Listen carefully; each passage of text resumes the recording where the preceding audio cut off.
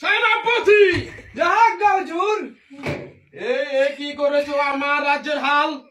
আমার রান্না করা বিরিয়ানি খেয়ে তুমি করেছো কি হাল? এখন আমি ঘুম থেকে উঠে কি খাবো তোমাদের বাল? কে খেয়েছে সেই বিরিয়ানি, আমার রান্না করা বিরিয়ানি? জনাব বন্দি করো তাকে। পারবো না মহারাজ, কেন পারবে না? কেন পারবে না?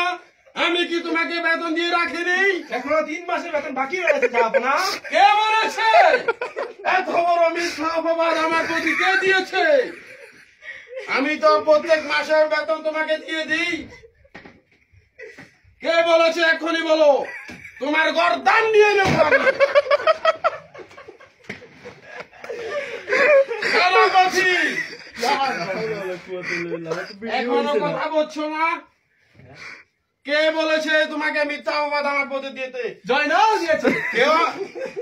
বন্দি করো জয়নালকে।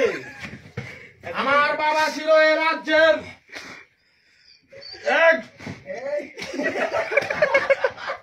বলুন বলুন। আমার বাবা ছিল এই রাজ্যের রাজা, তার উত্তরসূরি হিসাবে আমি পেয়েছি এই রাজ্যের রাজা।